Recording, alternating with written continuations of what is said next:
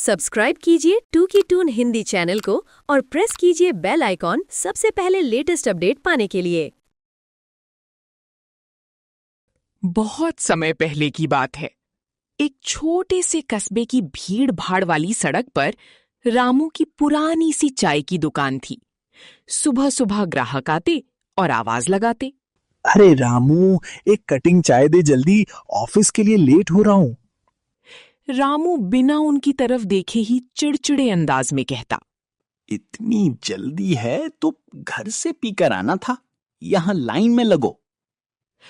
पास खड़े दो आदमी धीरे धीरे आपस में बात करते।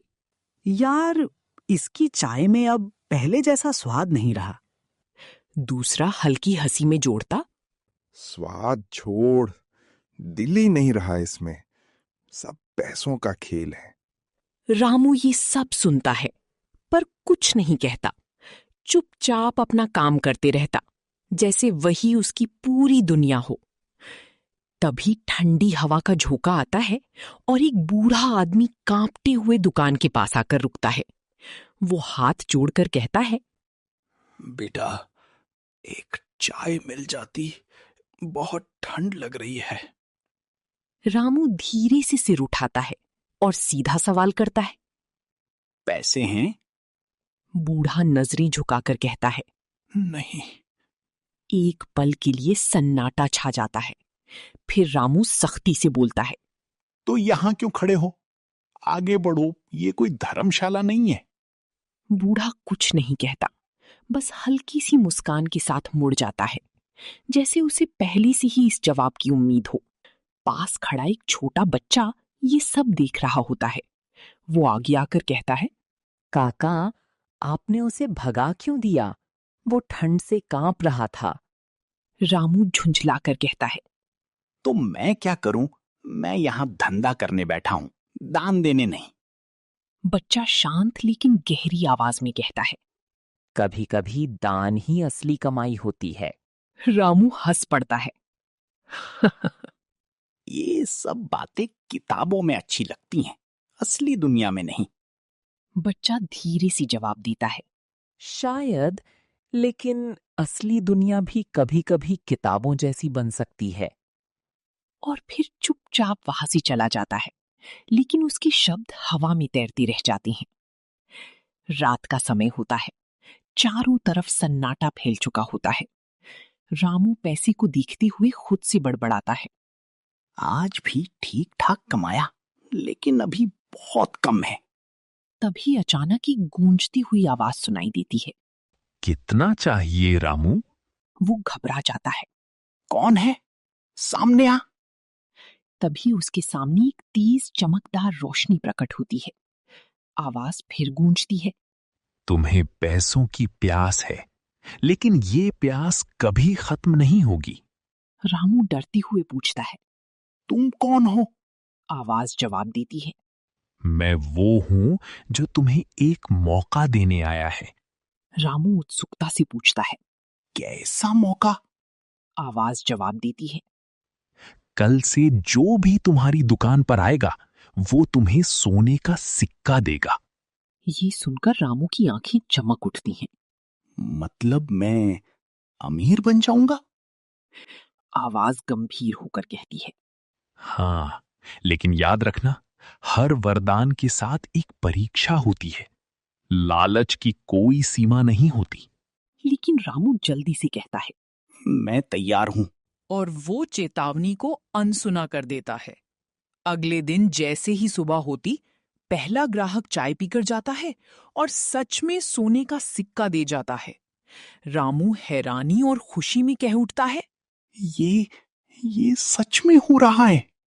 फिर दूसरा ग्राहक, तीसरा, चौथा, हर कोई उसे सोना देता है।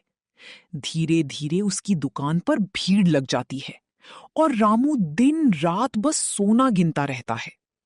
लेकिन जैसे जैसे सोना बढ़ता है, उसके अंदर की बेचैनी और लालच भी बढ़ता जाता है। वो खुद से कहता है, अगर मैं दाम बढ़ा दूं तो और ज्यादा सोना मिलेगा। एक ग्राहक पूछता है, भाई, चाय कितने की? रामू जवाब देता है, आप 20 रुपए की है। ग्राहक हैरानी से कहता है। कल तो 10 की थी। रामू तनक कर कहता है। लेनी है तो लो, वरना जाओ। अब लोग शिकायत करने लगते हैं।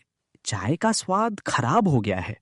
रामू चिल्ला कर कहता है। मुफ्त में तो पी नहीं रहे हो, पैसे दे रहे हो ना। धीरे धीरे ग्राहक कम होने लगते हैं, लेकिन रामू को फर्क नहीं पड़ता। उसे बस सोना चाहिए।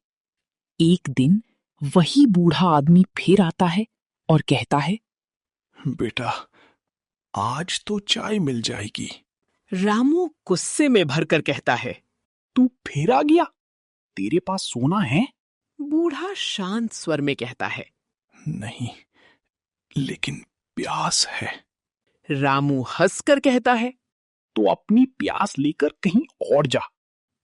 तभी अचानक चारों तरफ सन्नाटा छा जाता है और वो बूढ़ा आदमी अचानक गायब हो जाता है और उसकी जगह वही तेज रोशनी आ जाती है। रामू घबरा जाता है। तुम? वही आवाज गूंजती है। हाँ, मैं वही हूं जिसने तुम्हें मौका दिया था। रामू गिड़गिड़ाते हुए कहता है। मुझे माफ कर दो, मैं बदल जाऊंगा। लेकिन आवाज सख्त होकर कहती है। अब बहुत देर हो चुकी है। तुमने लालच को चुना। और अचानक सारे सोने के सिक्के जमीन पर गिरते हैं और पत्थर में बदल जाते हैं। रामू चिल्ला उठता है। नहीं, ये मेरा सब कुछ था। आवाज गूंजती है। नहीं रामू, ये तुम्हारा कुछ भी नहीं था। ये सिर्फ तुम्हारी परीक्षा थी। कुछ समय बाद वही रामू उसी दुकान पर बैठा होता है, लेकिन अब वो पूरी तरह बदल चुका होता है। एक गरीब आदमी आता है और धीरे से पूछता है। भाई, एक चाय मिल जाएगी? रामू कुछ पल उसे देखता है, फिर मुस्कुराकर कहता है। बैठो, ये लो चाय। पैसे की चिंता मत करो। आदमी हैरान होकर कहता है। सच में? रामू शांत आवाज में जवाब देता है। हाँ, अब समझ आ गया है कि इंसानियत पैसे से बड़ी होती है।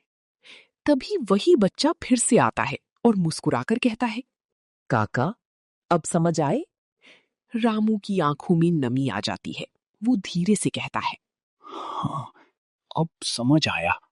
असली प्यास पैसे की नहीं, इंसानियत की होती है। बच्चा मुस्कुराता है और कहता है। और अब? रामू जवाब देता है।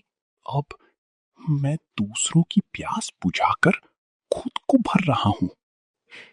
सीख, पैसे की प्यास कभी नहीं बुझती, लेकिन इंसानियत की एक बूंद दिल को हमेशा के लिए तृप्त कर देती है।